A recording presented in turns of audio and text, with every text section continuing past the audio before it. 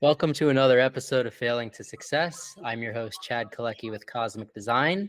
Today on the show, we have Jared Kinyua. His company is called Direct Mind. He's had it for 3 years. Thanks for being on the show today, Jared. Thanks for having me. So, Jared, is AI going to replace us all? I think so because I know a lot of guys right now are bootstrapping cell phones, and maybe you have an iPad, maybe you have a Mac, but AI is pretty much going to do what people kind of struggle with overnight and all these repetitive tasks like copywriting, ad design, whether or not you make billboards catchy. And in my side of the business, I'm also looking at the paperwork side of things as a market researcher. If I can get data without having to scrub all these sites, I can just tell a AI software tool robot to just pull this data for me between this year and this year. I literally can go to sleep and let it work for me on my behalf. So it's coming. It's going to be a big issue for sales guys because if you can automate your sales, you can automate your ads. Yeah, it's true. A lot of things. I know you said you do design, and I was looking at the new Microsoft design software. You literally can tell it what you want, and it'll come up with a graphic, animation, and it's like we're getting to that point where the road meets the rubber, vice versa. But for my side of things, just dealing with the people aspect, we don't have to do as much repetition, whether you're doing like a website and you want to learn how much hotspots you have or where people like to click on your website. We have Hotjar or all these other apps that will literally give you this feedback. And a lot of people are assuming AI is going to take over. It's AI plus somebody that needs that utility. Like if you don't have that need for it in your business, you're not gonna see the real benefits of the Chat GPT. You're just gonna assume like you can only be the person. And it even did what, a medical test, a bar test, a few other tests, and passed on the first try. So it's like that data is important to synthesizing where we're going with a lot of marketing and design. And imagine this, right? Let's say you have a new client and you already know their likes and dislikes without going through a filling out process. Like you can just say, take this test or whatever, or I want to see your phone data for the last 2 years.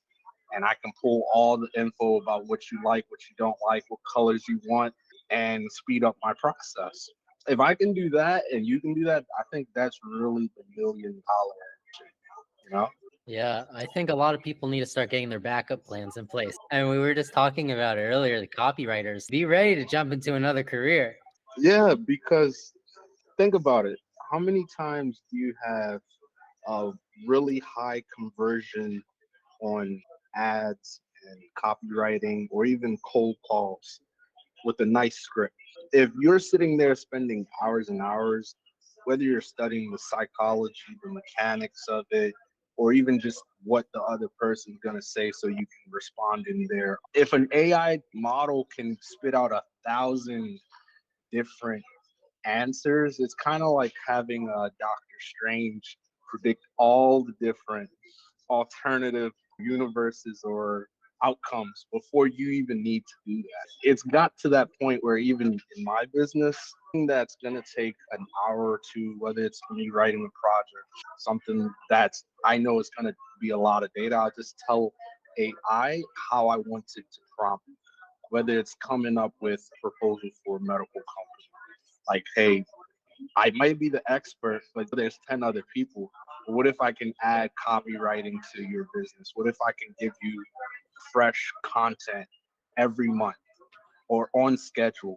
And it's just spitting out content ideas. And I think we're going to get to the point where it has to be very specific for what we need. And my niche with the market research, there's a lot of people that want to do business plans and start a business, but they get stuck in the minute details of the business instead of actually understanding what systems are going to help them. Not just like, hey, I'm going to use Canva, I'm going to use Google Workspace or something like. I mean, like how does the money come into that business? Where do you generate revenue? What ROIs are you looking at? Where do you fit compared to 30 other people in your industry? And a lot of times that's why I think even in my business, I've been able to stay not just afloat, but by my own standards, nobody else is competing with me, right? So sometimes you'll get a client that say they can't afford what you do, but then they'll go out there and struggle for hundreds and thousands of hours and dollars and waste their time when you could have saved them 3 months of project planning, ad design, or branding or advertising dollars that could have just gone right back into their building. You know, that's where I see it, but that's my 2 cents on it. Yeah, I've always seen it as you can either adapt to the technology or it's going to replace you. So the companies that best implement ChatGPT and OpenAI into their businesses are going to go much further than those that don't, and that'll become their competitive advantage. And imagine this, right?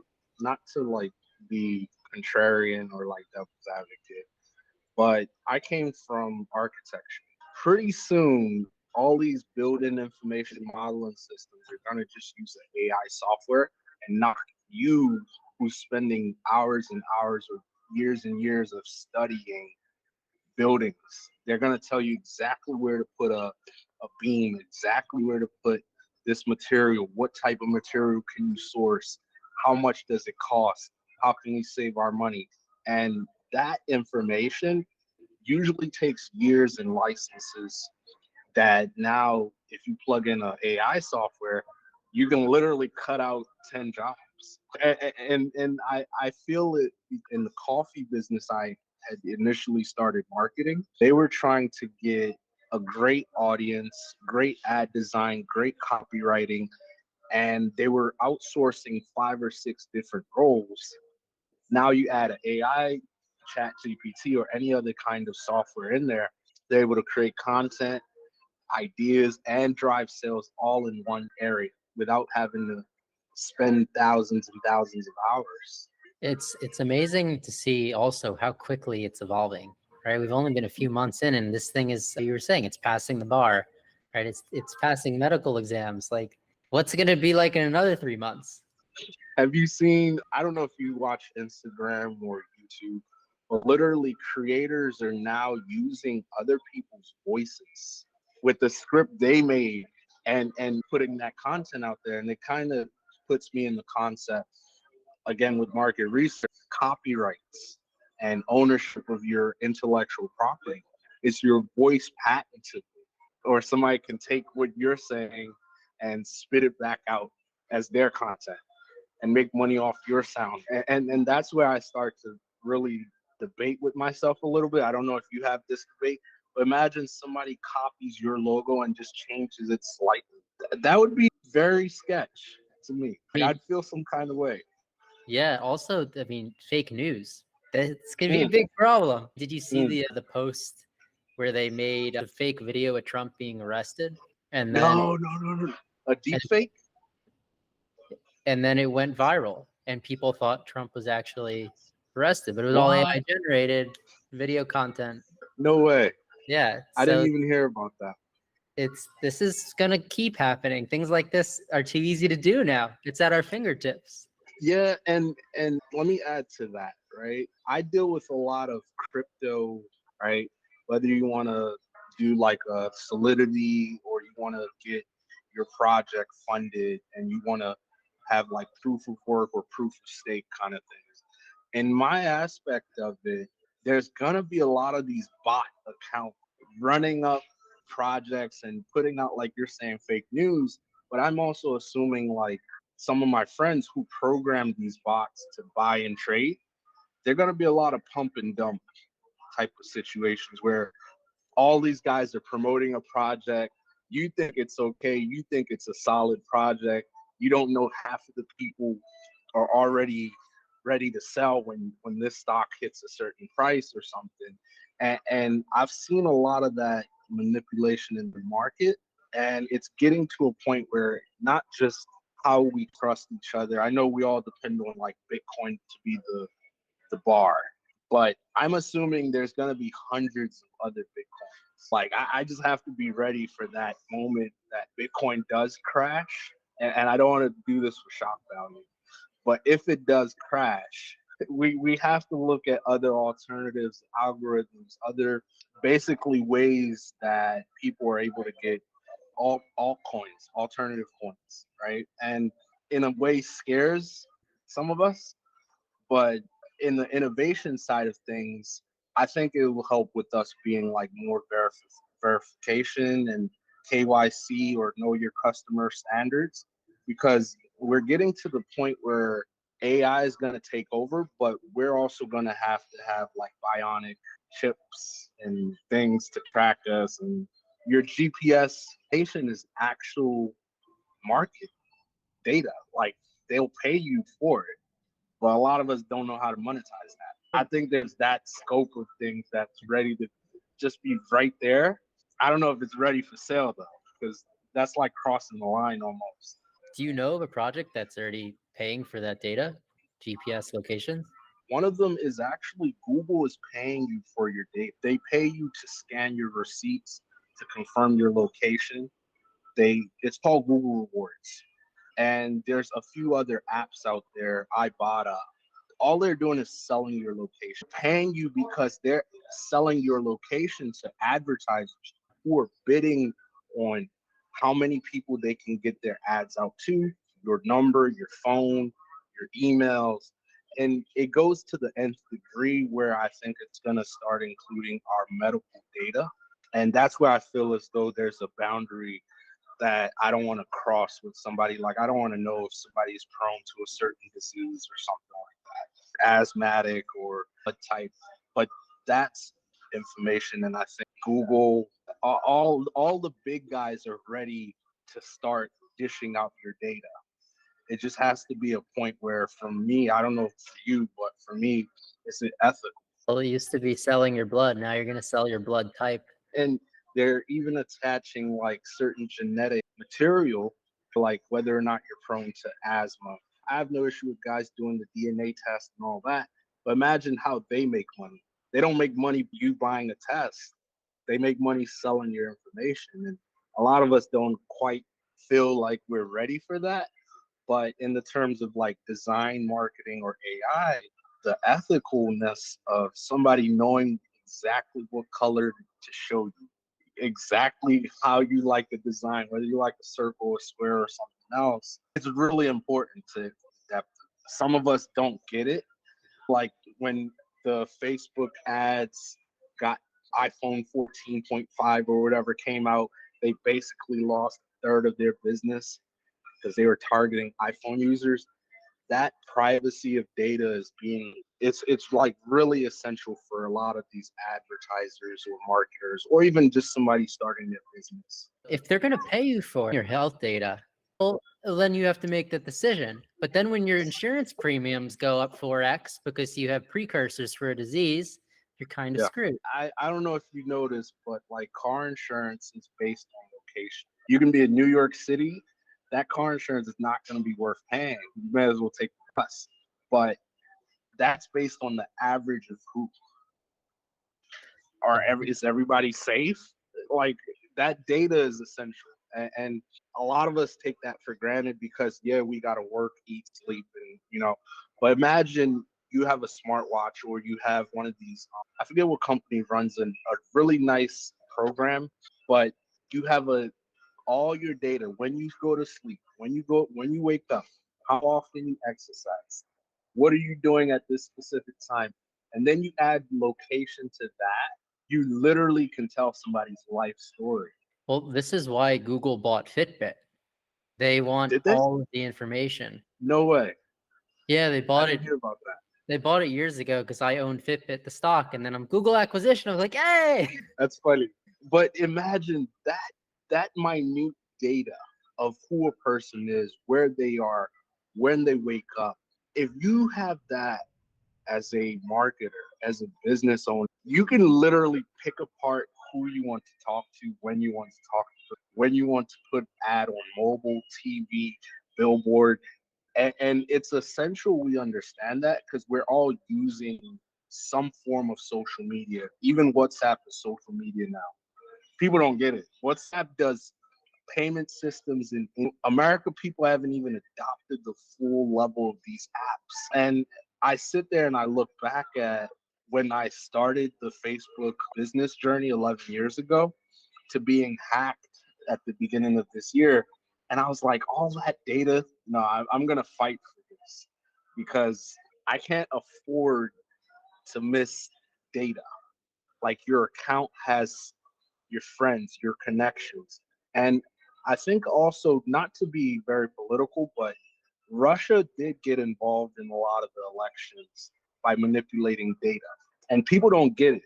But if you know how to target a specific group of people, when to say it, what to say, you can pretty much manipulate the choices and the leadership of a country silently. That's the power of our current technological environment. The proper ads do anything. And I don't want to be dystopian to anybody. I'm also a user of all these apps. Like I also have to say, you know what? I know how to do all this on this app, but I'm also going to use it.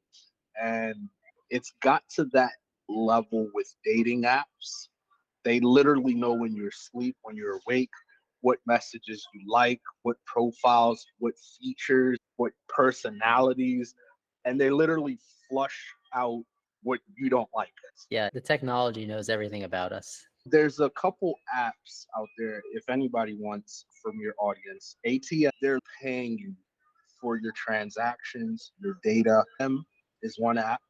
Google Rewards, Ibotta. You may as well monetize yourself.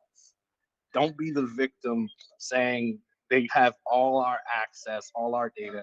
They do. And literally, even all our documents, whether you have ID or passport, has chips in them. So they can find you whether or not you like it. We're all businesses. We just have to understand that data we have is worth a certain amount of coin. Yeah. But are they paying? Is it any significant amount of money, or are we talking like $10 a month for your data? No, it's almost $500 to $2,000 a month. Whoa, really?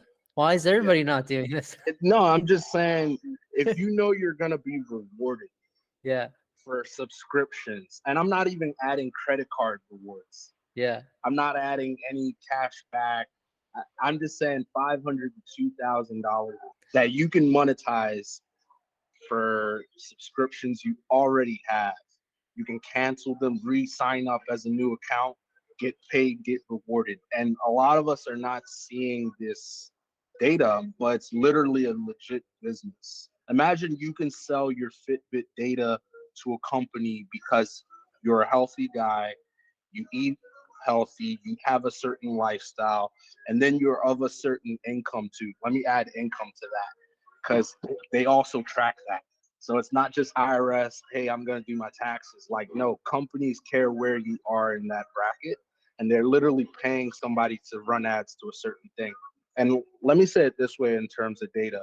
I'm not sure if you're familiar with influencer marketing, but when an influencer gets that reward, gift, money for a specific action they take to advertise to their audience, that's what I mean by that $500 to $2,000 extra a month. You literally are selling your audience to them, and people don't get it because they're not thinking of all the ways the money is coming in. But imagine you drive in a popular route. Let's say you're in New York City to New Jersey, and that's your daily commute. You can advertise on your car, and companies will pay you thousands of dollars a year just to have a sticker or something, literally. And it's that's true. passive activities, you know. And from your side on the design, it has to be a great design. It has to be something that converts. It has to be like a QR code, not just a link or something people can interact with.